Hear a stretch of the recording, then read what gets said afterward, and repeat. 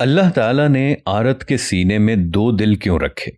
ناظرین، قرآن مجید فرقان حمید سورہ احزاب میں اللہ تعالیٰ کا ارشاد ہے، جس کا ترجمہ یہ ہے کہ اللہ تعالیٰ نے کسی شخص کے سینے میں دو دل نہیں بنائے۔ خواتین و حضرات، اگر اس آیت کریمہ پر غور کریں تو اس میں لفظ رجل کا استعمال کیا گیا ہے، جس کا مطلب ہے آدمی، یعنی حکم صرف مردوں کے لیے خاص کر دیا گیا، جبکہ خواتین اس حکم سے مستثنیٰ ہیں، خارج ہیں۔ یعنی اگر اللہ تعالیٰ نے فرمایا کہ اللہ نے کسی انسان کے سینے میں دو دل نہیں بنائے تو اس میں عورتیں بھی شامل ہوں گی، لیکن جہاں حقیقتاً اللہ عز و جل نے مرد کو خاص طور پر انڈیکیٹ کیا ہے، مخاطب کیا ہے، جس سے یہ ظاہر ہوتا ہے کہ آیت کے اس خاص حصے میں خواتین کے بارے میں بات نہیں کی جا رہی۔ لیکن سوال یہ پیدا ہوتا ہے کہ خواتین کو اس حکم سے کیوں خارج کیا گیا ہے؟ تو دوستو، اس کا جواب جاننے کے لیے ایک واقعے پر نظر ڈالتے ہیں جو امریکہ میں وقوع پذیر ہوا۔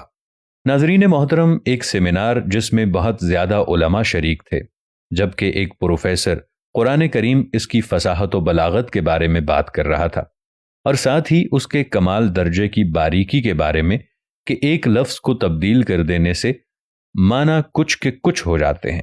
اس پر وہ ڈیٹیل ڈسکشن کر رہے تھے اور اس کی مثالیں یعنی ایگزامپلز بھی دے رہے تھے کہ اچانک ایک سیکولر ذہن کا اسٹوڈنٹ اٹھ کر کھڑا ہوتا ہے اور کہتا ہے کہ میں اس بات پر یقین نہیں رکھتا، کیونکہ قرآن میں ایسے الفاظ بھی موجود ہیں جو آپ کے موقف کی نفی کرتے ہیں، اور اس کی دلیل سورۃ الاحزاب کی یہ آیت ہے جس میں آپ کے خدا نے فرمایا کہ کسی آدمی کے سینے میں اللہ تعالیٰ نے دو دل نہیں رکھے۔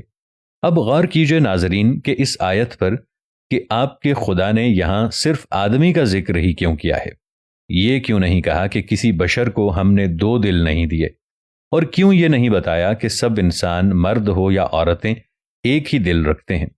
کہ دوستو، یہ سوال سنتے ہی حال میں خاموشی چھا جاتی ہے اور سب کی نظریں پروفیسر کی طرف اٹھ جاتی ہیں کہ وہ اس کا معقول جواب کیا دیتے ہیں۔ ویسے تو طالب علم کا سوال بظاہر صحیح تھا کہ مرد ہو یا عورت، دل سب کے سینے میں ایک ہی ہے، پھر اللہ تعالیٰ نے مرد کا ذکر کیوں کیا ہے؟ جبکہ ادھر پروفیسر اپنے ذہن پر زور ڈالتا ہے اس کا کیا معقول جواب دیا جائے، کیونکہ اگر جواب نہ دیا جائے تو طالب علموں پر برا امپیکٹ بھی پڑ سکتا ہے۔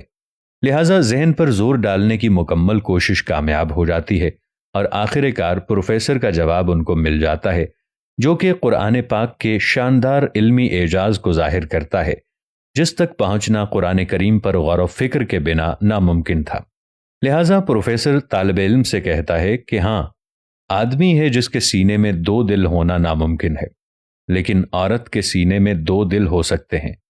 جب عورت پریگننٹ ہوتی ہے، حاملہ ہوتی ہے، تو اس کے سینے میں دو دل ہوتے ہیں، ایک اس کا اور ایک اس کے بچے کا، کیونکہ رحم مادر میں موجود بچہ گویا کمہار کی چاک پر بھرا ہوا مٹی کا لوتھڑا ہوتا ہے۔ ماں بظاہر ایک انسان ہوتے ہوئے بھی دو انسان ہیں، اس میں ایک کی بجائے دو دل دھڑکتے ہیں، اس میں دو وجود پلتے ہیں اور دو روحیں اپنی غذا پاتی ہیں۔ ناظرین کرام، قرآن کریم اور اس کی ہر آیت، ہر لفظ میریکل یعنی معجزہ ہے۔ اللہ تعالیٰ نے ہر آیت کے ایک ایک لفظ کو حکمت ربانی کے ساتھ کنیکٹ کر دیا ہے، اور اگر ایک لفظ کو دوسرے لفظ کے ساتھ بدل دیا جائے تو معنی بھی غلط ہو جاتے ہیں۔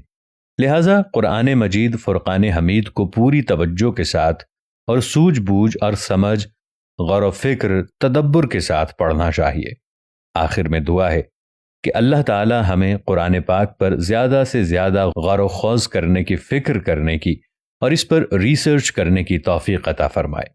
اگر ویڈیو آپ کو اچھی لگی ہو اور آپ کا ایمان تازہ ہوا ہو تو صدقہ جاریہ سمجھ کر دوسروں کے ساتھ بھی ضرور شیئر کیجیے گا۔